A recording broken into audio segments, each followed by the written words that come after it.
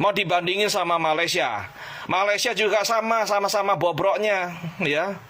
Korupsi juga banyak. Masalah imigran gelap mereka nggak bisa kontrol. Belum lagi kejahatan di Malaysia. Malaysia masih aja nyinyirin Indonesia. Kok berani bilang Indonesia pengekspor TKI terbesar di Asia Tenggara? Mari kita bicara apa adanya. Malaysia dikenal sebagai negara dengan perekonomian yang stabil dan salah. Satu faktor penopangnya adalah keberadaan tenaga kerja Indonesia, TKI. Ini bukan asumsi, bukan sekadar kata orang, tapi fakta yang diakui langsung oleh para pengusaha di sana. Tahun 2022, saat Malaysia tiba-tiba kehilangan banyak TKI, siapa yang panik? Pengusaha Malaysia sendiri yang kalang kabut. Bisnis mereka langsung terdampak, perkebunan sawit terbengkalai, proyek konstruksi tertunda, restoran dan hotel kekurangan staf, hingga harga barang meroket. Kerugian besar terjadi di berbagai sektor, sampai-sampai ada yang memohon agar pekerja Indonesia mau kembali. Ironisnya, ketika tenaga kerja Indonesia berhenti masuk, Malaysia buru-buru mencari pekerja dari Bangladesh. Malaysia krisis tanpa TKI terbukti di tahun 2022 Malaysia rugi besar. Ini yang membuat berita seperti ini dan bertebaran di YouTube. Saya akan jelaskan kepada Anda supaya Anda paham. Assalamualaikum warahmatullahi wabarakatuh. Video ini tentang membahas hal-hal yang fakta ya. Mungkin nanti netizen ada yang marah-marah pula, tapi tak apa, biarkan yang marah-marah. Yang penting kita sebagai manusia perlu meluruskan berita yang benar. Tahun 2022 di Malaysia yang diberitakan oleh segelintir YouTuber Indonesia, katanya Malaysia sempat krisis TKI di tahun 2022 sehingga Malaysia kebingungan untuk memanen sawitnya. Di sini akan saya jelaskan ya. Tahun 2022 itu semua negara kena musibah, yaitu kena virus Covid. Dan sebagian pada saat itu tenaga kerja Indonesia dan juga tenaga asing dari negara lain ketika sudah balik kampung ke negaranya masing-masing tidak boleh masuk ke Malaysia. Dan pada saat itu di Malaysia juga pergerakan semua dibatasi. Bukan hanya di Malaysia saja, di semua negara lah. Tolonglah kalau membuat berita itu yang logik, ya kan, yang bisa dicerna oleh akal yang sehat. Malu dilihat negara tetangga kita. Katanya negara kita kan SDM-nya tinggi. Masa membuat berita bohong? Namun pada faktanya di negara kita sendiri justru yang tengah dilanda hashtag kabur aja dulu. Berbagai anak muda menyerukan suara tersebut. Namun di sisi lain, Mas Kokori bilang, jangan kabur aja ke luar negeri, ya kan? Mungkin bisa minta solusi sama Mas Kokori. Sebab hari ini Mas Kokori bersuara. Dan saya juga sudah tengah-tengah menunggu ya, Mas Kokori akan bersuara seperti apa dan kira-kira bagaimana menurut pendapat netizen lainnya. Ini tentang berbicara keadaan yang sebenarnya. Apakah kalau kita tinggal di Indonesia itu semuanya serba mahal dengan upah yang sangat rendah, tetapi di balik semua itu tergantung rasa syukur kita masing-masing ya sahabatku semua. Jadi kalau mau kerja ke negara orang itu juga pilihan, tidak ada paksaan. Mungkin anak-anak muda yang sekarang dia lebih punya pemikiran yang ingin maju ke depan sehingga ketika melihat kondisi yang ada di negara kita dengan ekonomi yang mungkin agak sulit, gaji segitu-gitu saja, barang makin naik sehingga membuat gerakan hashtag kabur aja ke luar negeri. Mungkin pemikirannya dinilai kalau kita kerja di luar negeri mungkin gajinya lebih tinggi, mungkin lebih dihargai tenaganya. Beda dengan di Konoha. Kalau di Indonesia enggak loh ya. Oke, berbagai reaksi netizen menyerukan hashtag kabur aja dulu. Namun di sisi lain Mas Kokori katanya jangan kabur, jangan kabur. Kita simak solusinya seperti apa. Ini tentang adu argumen, jangan marah-marah loh Mas Kokori. Kabur aja dulu, hashtag ini sudah menyebar kemana-mana.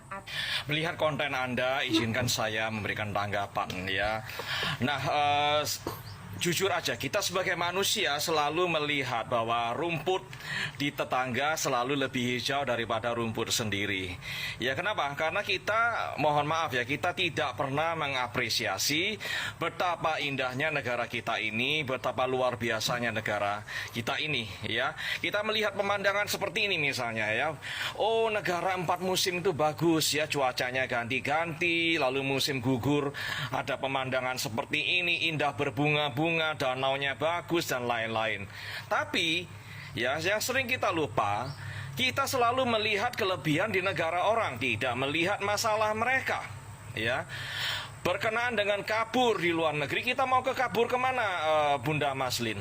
Ya, mau ke Singapura. Singapura itu biaya hidupnya mahal. Ya, negaranya kecil, kemampuan kita atau potensi kita untuk mencari peluang bisnis itu sangat susah karena negara itu sudah menjadi negara yang sangat maju. Ya, kalau saya boleh berkata, saya justru lebih kagum dengan orang-orang tua atau para pengusaha yang sudah melewati berbagai macam ujian di negara kita ini dengan segala dramanya. Ya, seperti Anda misalnya, Anda sudah melewati begitu banyak periode suka maupun duka, ya, naik turunnya yang ada di negara kita, berganti berbagai macam presiden, ya. Mungkin dari zamannya Pak Harto sampai zaman sekarang ini, zamannya Pak Prabowo, ya. Dan Anda survive, Anda masih bisa hidup nyaman, Anda punya aset, ya. Dan Anda tidak hidup berkekurangan, Anda boleh menyekolahkan anak Anda di luar negeri. Kami justru kagum kepada Bunda Maslin, karena Bunda Maslin inilah adalah contoh wanita yang hebat yang boleh berhasil meskipun di tengah tantangan dan berbagai cobaan. Negara kita memang bukan negara yang paling sempurna di dunia ini. Negara kita ini banyak kekurangan, ya. Tapi Anda sudah membuktikan bahwa di tengah segala permasalahan dan drama politik di negara ini, Anda telah menjadi pengusaha yang boleh dikata sukses, ya. Dan anak-anak Anda disekolahkan di luar negeri dengan jeripayah Anda yang didapatkan di negara ini, ya. Negara kita ini banyak kekurangannya, tapi banyak orang yang boleh mendapatkan rezeki dari negara ini, ya. Kalau kita sebagai warga negara tidak mengapresiasi apa yang kita punya, banyak orang asing justru ingin pindah ke negara kita di tengah segala kekurangannya, ya. Ada banyak orang-orang asing yang justru melihat banyak sekali peluang bisnis di negara kita dan menaruh harapan optimis kepada masa depan di negara kita. Sekarang saya mau tanya kepada kalian yang percaya pada tagar kabur aja dulu. Mau kabur kemana? Ya, kita mau berimigrasi itu bukan seperti beli tiket, betul, ya, iya, bus dari Jakarta ke Surabaya atau beli tiket pesawat dari Surabaya. Kasih paham Mas Bali. Kokori. Ya, imigrasi itu tidak semudah itu. Bukan hanya membeli tiket terus lalu beli koper, isi koper kita terus kita berangkat ke negara yang kita mau lalu tinggal di situ. Setiap negara itu pasti ada kurang dan lebihnya, ya. Mau ke negara Norwegia, Skandinavia, lalu Denmark, ya, Germany. Di situ pasti ada masalah juga, ada kekurangannya, ya. Jangan dilihat enak-enaknya.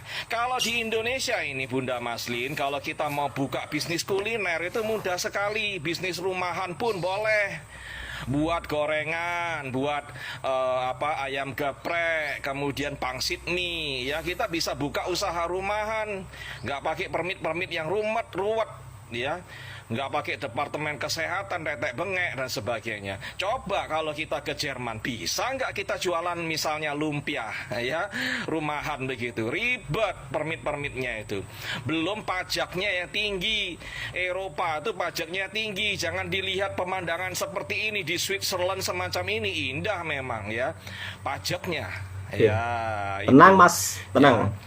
Lalu kita bilang di sana ada layanan kesehatan dan begini-begini. Pajaknya itu tinggi gitu loh ya.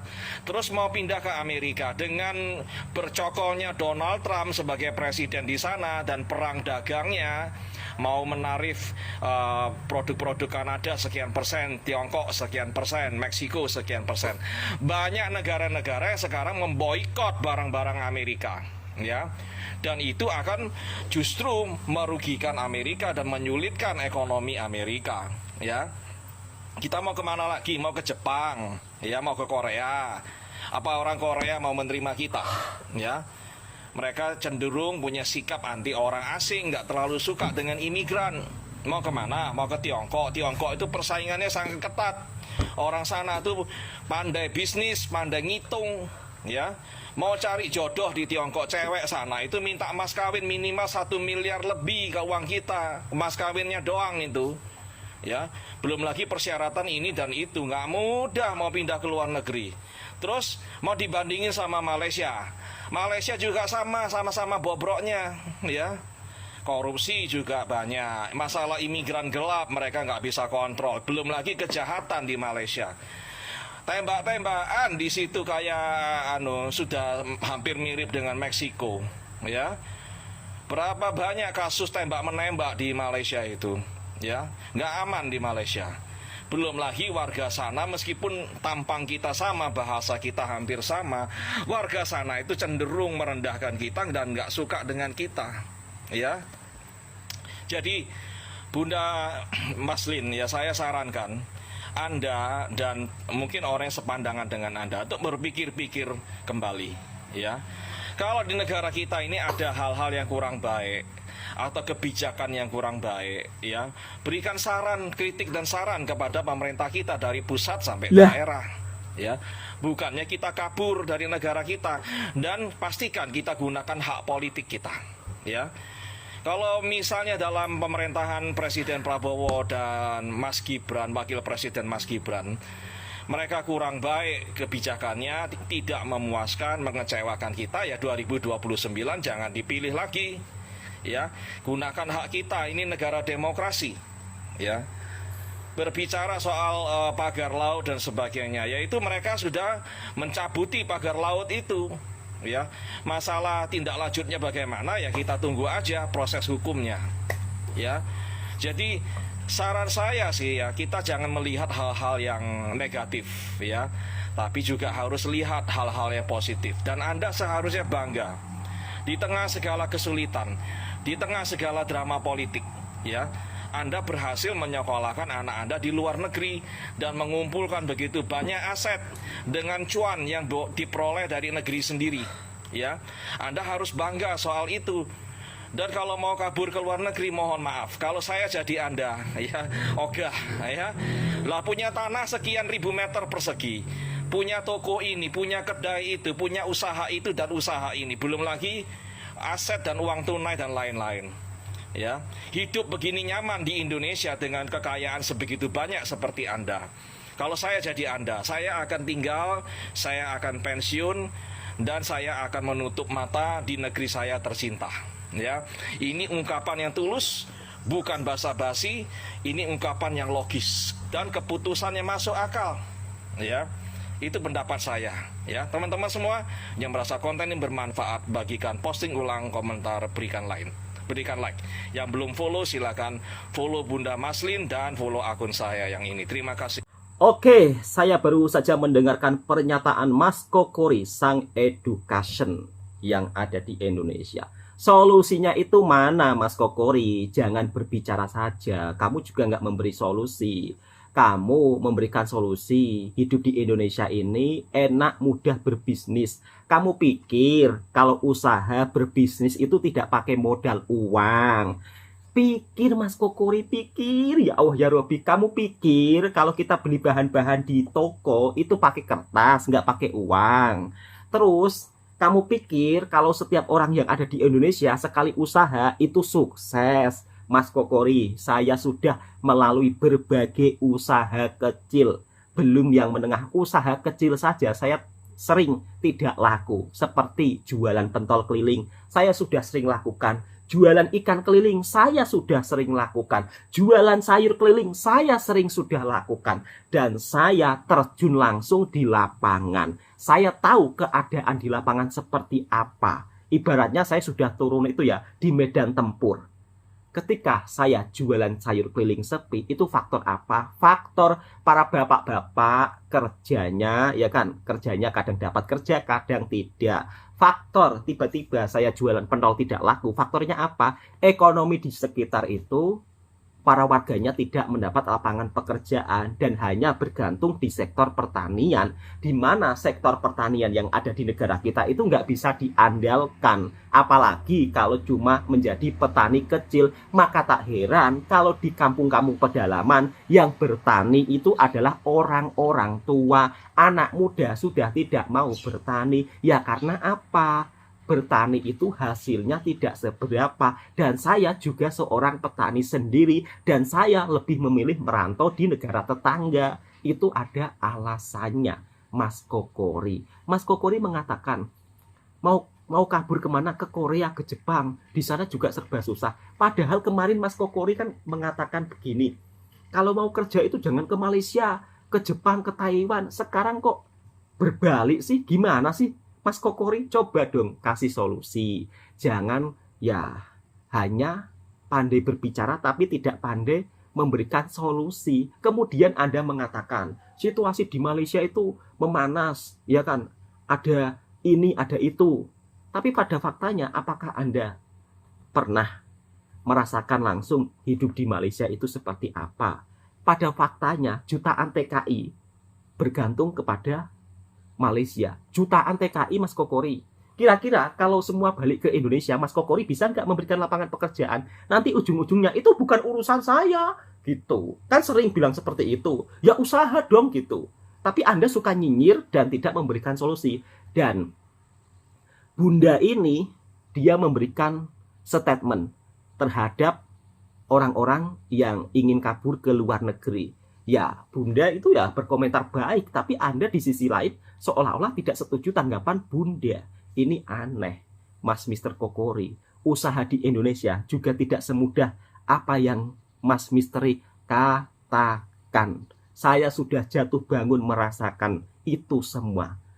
Dan itu saya juga sering rugi. Insya Allah nanti kalau pulang saya akan mencoba untuk usaha lagi. Ya kalau rugi mungkin ya merantau lagi, Mas Kokori. Jadi setidaknya Mas Kokori, orang merantau itu pilihan. Mau stay di negara sendiri terserah, ya kan? Tapi kalau mau merantau, biarkan mereka kabur aja ke luar negeri merantau untuk mencari penghasilan yang lebih. Itu semua pilihan. Yang penting resmi. Bukan saya tidak cinta kepada negara saya. Saya sangat cinta kepada negara saya. Justru saya kecewa dengan para pejabat-pejabat yang ada di negara kita yang salah mengurusi negara. Sebenarnya tidak ada negara miskin, cuma salah urus saja. Korupsi ada di mana-mana. Dari mulai di pertanian, di kepolisian, di semua migrasi, ada korupsi semuanya. Begitu loh. Jadi ujung-ujungnya rakyat yang susah. Andai kata mungkin negara kita tidak korupsi, ya pastinya insya Allah lah akan seperti negara-negara lainnya. Korupsi 300 triliun, penjaranya juga seperti itu ya kan, penjaranya ringan. Ini sangat disayangkan. Orang kabur aja ke luar negeri karena ketidakpuasan hidup di negara sendiri. Hidup di negara sendiri sulitnya mencari lapangan pekerjaan. Ini fakta loh Mas Mr. Kokori. Di Indonesia itu sulit mencari lapangan pekerjaan. Jangan bilang, oh gampang gitu. Ada dapat, cuman kadang-kadang untuk makan saja itu udah ya. Kalau untuk menabung ya sulit. Ini fakta. Oke, dan inilah fakta yang dikatakan oleh netizen yang terjadi sebenarnya. Seperti apa? Inilah kenyataannya. Dan kalau dibilang, oh Indonesia itu 11-12 sama Malaysia, enggak. Kalah jauh dengan negara tetangga. Malaysia pada faktanya kesediaan lapangan pekerjaannya itu banyak. Dan kalau misal kata di Malaysia sampai tidak bisa bekerja, itu orangnya yang malas. Betul. Dibandingkan dengan di Indonesia, kesediaan lapangan pekerjaan di Malaysia itu lebih banyak. Mau kerja kebun, lapangan pekerjaan juga banyak, mau kerja sawit juga banyak, mau kerja pabrik juga banyak. Jadi pada intinya kalau sampai di Malaysia ada yang menganggur, itu berarti orangnya benar-benar malas. Betul, ini fakta ya, bukan tentang saya memuji-muji Malaysia berlebihan, bukan. Tetapi pada faktanya kalau dibilang Indonesia sama Malaysia maju mana? Ya jelas lebih maju Malaysia, itu fakta. Tetapi semua negara pasti ada kekurangan dan kelebihannya masing-masing. Di sini saya hanya berbagi informasi. Kali ini serius dulu teman-teman. Sepertinya Indonesia sedang tidak baik-baik saja. Karena hashtag kabur aja dulu sedang viral di mana-mana. Sedang trending di mana-mana, banyak banget yang membahas. Betul. Karena ada menteri yang bilang bahwa orang yang pengen keluar negeri diragukan jiwa nasionalismenya. Pak, kita dari lahir udah di Indonesia. Kita tumbuh besar di Indonesia. Dari SD, SMP, SMA kita belajar tentang PKN, kita belajar PMP. Setiap upacara bendera ada namanya pembukaan UUD, ada Pancasila. Jiwa nasionalisme kita pasti tinggi karena kita dari kecil dari pupuk. Tapi kenapa banyak orang-orang yang pengen keluar negeri? Gaji di luar negeri jauh. Di luar negeri kita mau bekerja, yang dilihat itu apa? Skill. Nggak mandang yang namanya umur, basic pendidikannya apa. Betul. Kalau di Indonesia kita mau ngelamar jadi kasir aja, minimal berpenampilan menarik, minimal S3, minimal ini, minimal itu, minimal maksimal. Iya. Senggol dong. Jangan salahin orang-orang yang pengen keluar negeri, Pak, karena di sana lebih bisa memanusiakan manusia. Di sana sistem kerjanya memang padat, tapi sesuai sama apa yang didapatkan. Di sini kerja serius, gaji bercanda, bos. Di Bali juga, gila. Aku sebagai musisi ya, sekarang low season. Sadar nggak sih guys, kita nyari uang 100.000 susah, tapi ngabisinnya cepet banget. Apa-apa mahal, coba. Pelan-pelan, Mas. Kalau mereka enak, kita yang kerja, mereka yang kaya, ya nggak? Ya nggak? Bang, terlalu fakta, bang. Awas lu hilang, bang. Dan terakhir ya, diingat baik-baik. Orang-orang yang bekerja di luar negeri awalnya cuma pengen mencari pengalaman pekerjaan. Betul. Karena di Indonesia kita mau bekerja harus ada pengalaman kerja di luar negeri juga supaya gaji kita gede di sini. Tapi mereka di sana lebih dihargai, gajinya lebih besar. Betul. Sehingga mereka menetap di sana, nggak mau balik lagi ke Indonesia. Catat. Wakil Menteri Ketenagakerjaan atau Wamenaker Immanuel Ebenezer alias Noel menantang masyarakat yang berniat hengkang dari Indonesia agar tidak perlu balik ke tanah air. Hal itu menyusul ramainya tagar kabur aja dulu sebagai gejala atas kekecewaan masyarakat terhadap pemerintah. Noel menyampaikan itu kepada awak media di Jakarta pada Senin, 17 Februari 2025. Noel mempersilakan bagi siapapun yang berniat meninggalkan Indonesia. Pihaknya mengaku tidak menaruh peduli terhadap tagar yang memuat aspirasi kekecewaan masyarakat tersebut. Tagar kabur aja dulu belakangan ramai di jagat media sosial. Tagar ini merupakan ungkapan kekecewaan WNI terhadap kondisi ekonomi, sosial, dan keadilan di dalam negeri.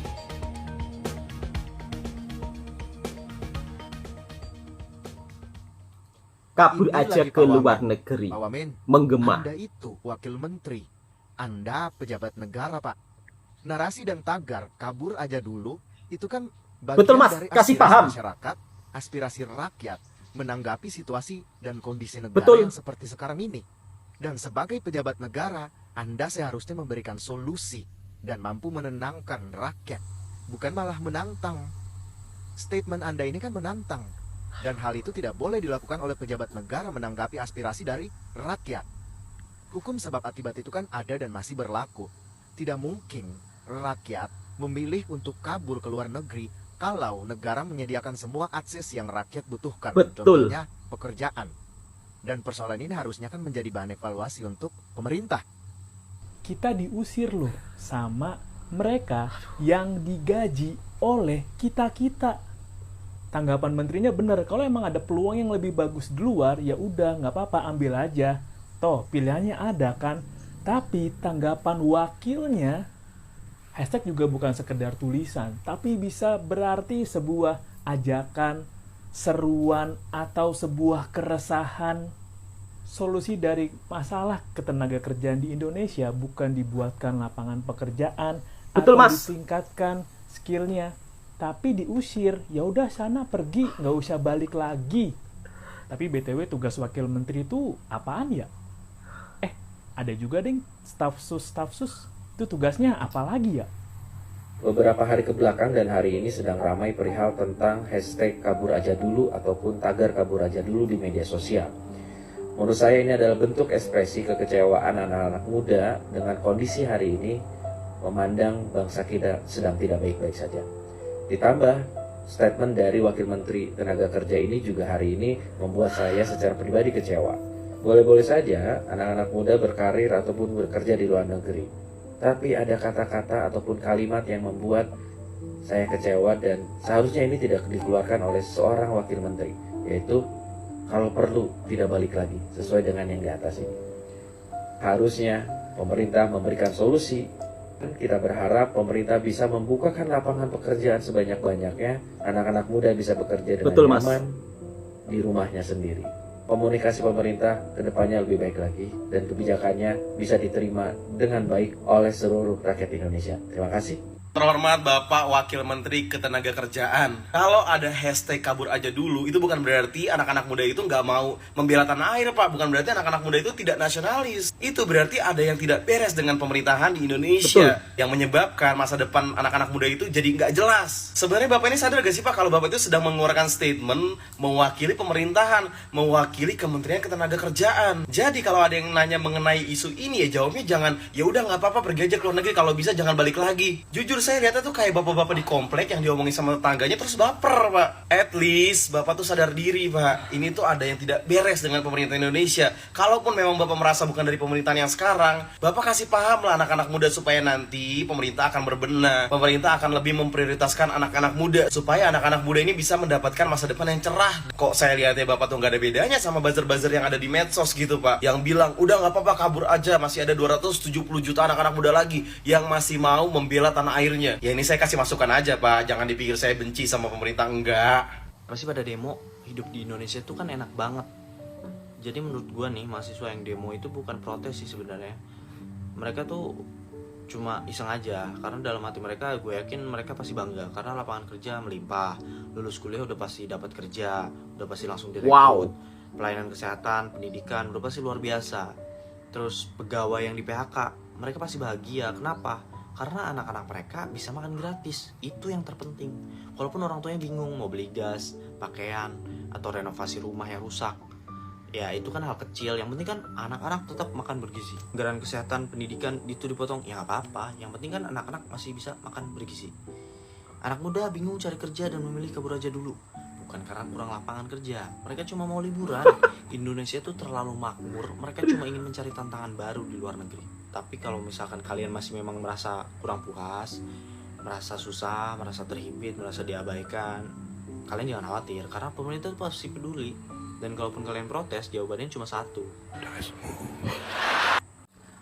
Wakil Menteri Tenaga Kerja Indonesia, seorang menteri, harusnya punya pemikiran yang sangat bijak dalam menanggapi tentang hal yang saat ini menggema di Indonesia, yaitu hashtag kabur aja dulu ke luar negeri. Anda seorang menteri tenaga kerja, harusnya Anda itu merasa ya minta maaf lah kepada rakyat, kepada masyarakat, karena kerja Anda kurang memuaskan masyarakat. Bukan justru mengeluarkan statement, ya kalau kabur aja silakan, kalau perlu nggak balik. Apakah kalian, para menteri yang ada di Indonesia, para pejabat yang ada di Indonesia, pernahkah kalian merasa berterima kasih kepada buruh migran Indonesia yang bekerja di luar negeri? Pernah nggak kalian mengucapkan terima kasih kepada para TKI yang dimana tenaga mereka dihabiskan di negara orang berpuluh-puluh tahun hingga sampai menua di negara orang? Jutaan warga negara Indonesia bekerja di luar negeri. Jasa mereka begitu luar biasa untuk Indonesia. Namun di sisi lain, pernah nggak kalian mengucap terima kasih kepada para TKI? Pernah nggak hidup untuk para TKI yang sampai saat ini Anda begitu berjasa untuk negara kita? Terserah omongan mereka seperti apa. Kita dibilang tidak nasionalisme lah, padahal mereka tidak bisa menyediakan lapangan pekerjaan untuk kita. Harusnya sebagai seorang menteri yang mengucapkan seperti itu, malu. Masa iya sekelas menteri ngomong kayak gitu? Itu kan seolah-olah menteri kita kok seperti itu ya, macam tidak punya adab kalau dipikir-pikir. Kalau kita dibanding-bandingkan dengan negara tetangga, Netizen itu marah. Dan pada faktanya memang kenyataannya di negara tetangga itu ekonominya lebih stabil. Dan jutaan TKI bekerja di sini. Jadi untuk orang-orang yang ada di negara kita tercinta, stoplah untuk membuat video yang saling tuding-menuding, ya kan, apalagi lebih-lebih memperlekeh negara tetangga. Enggak perlu. Ya, enggak perlu. Tolong. Jadi enggak perlulah membuat berita hoak tentang negara tetangga kita Malaysia. Pada faktanya, Indonesia dan Malaysia ini adalah negara yang saling membutuhkan satu sama lain. Banyak orang Indonesia yang bekerja di sini berjuta-juta. Jadi untuk konten kreator segelintir ya, ini tidak semuanya yang membuat berita buruk tentang negara tetangga kita, stoplah. Jangan istilahnya membuat berita sok-sokan, ya kan, kita sok lebih maju, tapi pada faktanya kenyataannya negara kita justru makin sulit mencari lapangan pekerjaan. Gen-Z-nya banyak yang menganggur, ya kan, berjuta-juta menganggur hingga menggema hashtag kabur aja ke luar negeri. Dan ini terbukti netizen ramai mensoalkan hal seperti itu. Oke, cukup sekian video ini untuk edukasi dan informasi. Mudah-mudahan kita semua diberikan kesehatan, panjang umur, sehat selalu, dan murah rezekinya. Yang suka dengan videonya Bang Toha Reaction, silahkan tekan tombol merahnya, subscribe, komen, dan bagikan ke sahabat Anda semua. Assalamualaikum warahmatullahi wabarakatuh.